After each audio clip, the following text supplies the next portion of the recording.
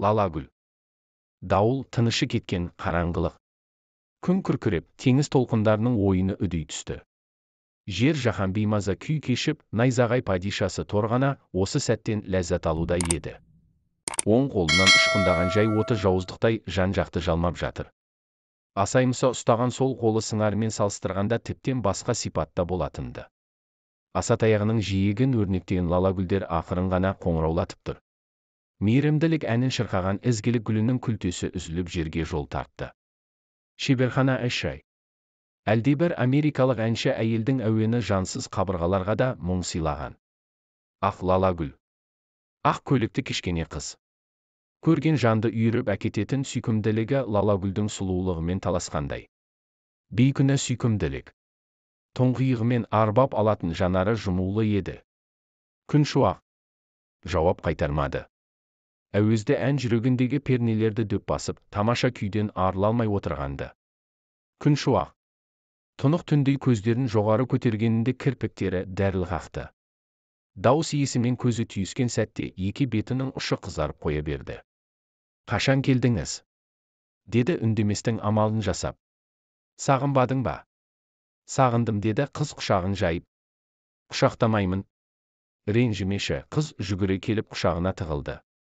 Бауырына балғын мүсінді ерекше қамқорлықпен басқан. Бұйра шаштарын ұзақ иіскеді. Шәй ішеміз бе? Үнсіздікті қыз бұзды. Терезе жандағы диванға жайғасты. Ақ лалагүл төмен қарап екеуінен ұялған кейіп танытты. Өзің сияқты қышқыл дәмді шәй ішкізесің бе? Жоқ, дәл мендей тәп-тәтті, деді қыз стаканды ұсынып жатып. Бүгін ештеңе сала алмадым. Тек музыка өзіне бағытталған көзқарастан қысылған қыз сөзінің аяғын жұтып қойды. Түріңнен сенің. Не болыпты түріме? Қыз бұртия қалды. Қас қарайып қалды. Жүр, сені жеткізіп салайын, деді жігіт орнынан өре түрегеле. Кеңестік. Қала шамдары жарқырап, сиқырлы мезгіл басталған.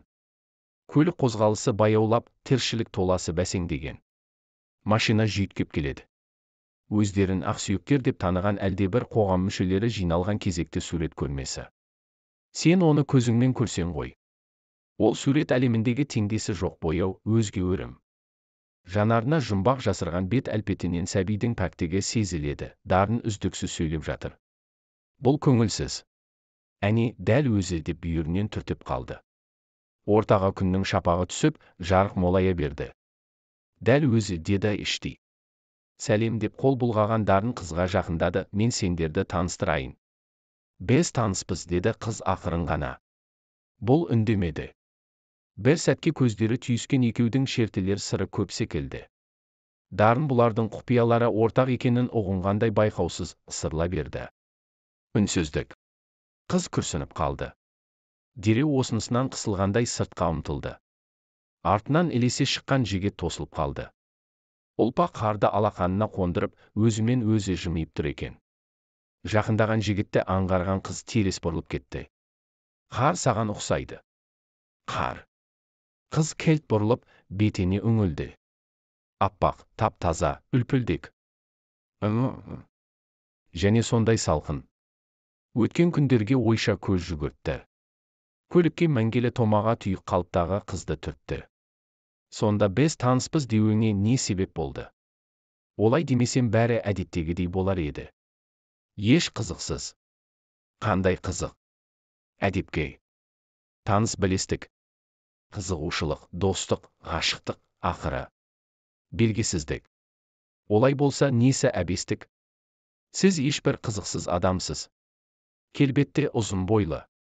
Талғаммен киінуге тырысасыз. Ортаңызға сыйлысыз.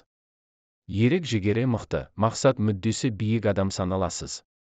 Алайда мен үшін дәл осы сипаттауларға кереғарсыз. Не? Солай. Ал екеуміздің кіршіксіз достығымыз. Достық. Тіпті орын алмауға тиісті достықты қалыптастырдық. Енді баянсыздық әнін шырқаймыз қос дауыста.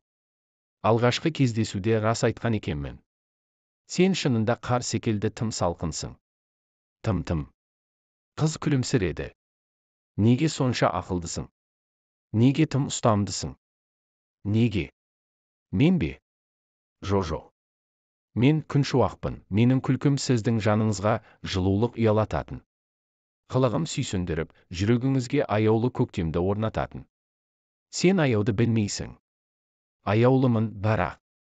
Кітап оқи бересіз бе? Тыныш. Мен зеріктім. Сен де оқы. Қыз музыка қосты. Тағы сол американдық әйел ұзақ әуеніне басты. Күншуақ. Иә, деді билеп жүрген қыз ентігіп. Шаршамадың ба? Қыз үн-түнсіз музыканы өшірді. Қасына келіп теріс қараған күйі жата қалды. Құшақтамақ болып ұмтылып еді, қолын қағып тастады. Әлден уақытта пыс-пыс етіп ұйқыға кетті. Жамылғы жауып жатып, алқызыл еріндері әнтек ашық жатқанын байқады. Қарақат көздері жұмулы, қою кірпіктері ара-тұра әлсін-әлсін қимылдап қояды. Бір сәтке тыным таппайтын тентек қыз момақан кейіпте томпиып ұйықтауда. Тап қазір еркелеген кезінен де тәтті еді. Екі бетінің қызарып тұратын ұшы тарқап барады екен. Көз алмай біраз отырды да, терезе алдына келді. Лалагүл мұңды. Лалагүл, білесің бе? Мен оның тізесіне басымды қойып, алаңсыз ұйықтап кетуді армандаймын. Апақ алақаны шашымды ақырын сипаса. Әлемдегі ең аяулы адамдық қасиет, ең шуақты ізгілік оның алақанының табында секілді. Осы бір кешкене қыз менімен танып білмеген орасан жылулықпен, алапат мейіріммен жақсы көреді, сезем. Жүрек кебежесіндегі ойын Лалагүл дәл ұққандай, сабағы иеліп, ақ күлтесі үзіліп түсті. Кенепке бояуларды баттастырып жаға бастады. Тепте, алақандарын аяр емес. Не деген туынды? Мәнсіздік. Баянсыздықтың қолынан басқа не келуші еді? Шығыңыз шеберханадан. Жігіт салқын жымиып диванға жайғасты. Қыздың сүйікті Лалагүлдерінің қоңыраушалары да тәкаппар қалыпқа еніпті. Сіз ше? Болашақтың жазушысы. Тындырған ісіңізді алға тартыңыз. Қыз бояу жұққан нәзік қолдарын ылғал шүберекпен сүрте жүріп үн қатты. Жігіт жұмулы көзін ашпады. Терең күрсініс. Маңызды нәрсе айтылардай тамағын кенеп, әлсіз жөтеліп те алды.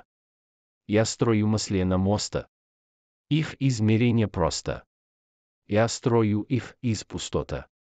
Чтобы идти туда, где-то. Мостами землю перекрыв. Я так тебя и не нашел. Открыл глаза, а там обрыв. Мой путь заканчен, я пришел. Валентин Гафт. Қыз жүзіне күлкі үйірілді. Жігіт басын шұлғыды. Алмаған оның ит туралы өлеңі көбірек ұнайды. Адамдардың екі жүзділігі шебер суреттелген. Әдебиет жайлы пайымдауларыңды кейінге қалдырсақ қайтеді. Мен сені серуендеуге шақыруға келген едім. Жаймашуақ қалыптағы қыз қасына келіп отырды. Серуенге келесі жолы барсақ қайтеді деді де жауап күтпестен, келіңіз деп тізесін нұсқады. Жігіт жантайып, басын қыздың тізесіне асқан ұқыптылықпен қойды. Жұмулы көзін ашса, тәтті түсінен оянып кетердей одан сайын қаттырақ жұма түсті. Күншуақ ақ сүйрік саусақтарымен жігіттің шашын нәзік тарамдады. Құдды баласын әлпештеген қамқор ананың жұмсақ алақаны аялағандай. Менің көкейімдегіні оқитын сиқырың бар ма? Лалагүл айтты, қыз күлкесі шеберхана ішін көктем күніндей көңілділікке толтырды. Қоңыраушаларын қаққан Лалагүл сыңғыры елеусіз қала берді. Жылау аспан мазасыз нәрестедей. Терезені тамшылар сұранып ұрғандай ақырын тырс-тырс соғады. Әдеттегідей, долы дауыл емес. Іші бауырыңды өртеп, үнсіз егілген адам секілді. Лалагүлдің әсемдігі әлсіреген. Екеуі бір-біріне теріс қарап, арқаларын түйістіріп отыр. Қыз құмығып жылауда. Дыбысын естіртпеуге тырысып баққанымен екі иығы сезік тудырады. Жігіттің жан жүрегі сөгілді. Бүкіл сезімін түйсөген, ағзасын бөгде адам қол сұғып ақтарып жатқандай азапты күйде кешті. Жаңбыр жауса тырсылынан оянам іздеп келіп есік қаққан сенбе деп. Жігіт қоңыр үнмен баяу әнге басты. Күншуақ. Салтанат құрған тыныштық бұзылды. Жанарының жиегіне жиналған моншақтарын аңғартқысы келмей, жерге үңіле отыр. Бері қарашы. Қыз басын көтерді. Бүгінгі қоштасу ерекше екенін білесің ғой. Бұдан кейін кезікпейміз. Тыныш өмірімізді сүруге ұмтыламыз. Бірақ бүгінгідей жаңбыр төгіліп, тамшылары тереземді қаққанда мен сені іздеуге шығам. Сен де сол күні оралатын бол. Жігіт қыздың қолдарын қыса түсті. Жоқ деген қыздың үні дірілдей естілді. Лалагүл қурап, жоғалуға айналыпты. Арада көп уақыт өтті. Сол түннен кейін қыз бұл қалада ешқашан тіршілік етпегендей азым қайым жоқ болды. Ешбір дерексіз, ешбір баянсыз. Жүрегінің ең түбіне жасырған бұл өкініші көмескілене бастаған еді.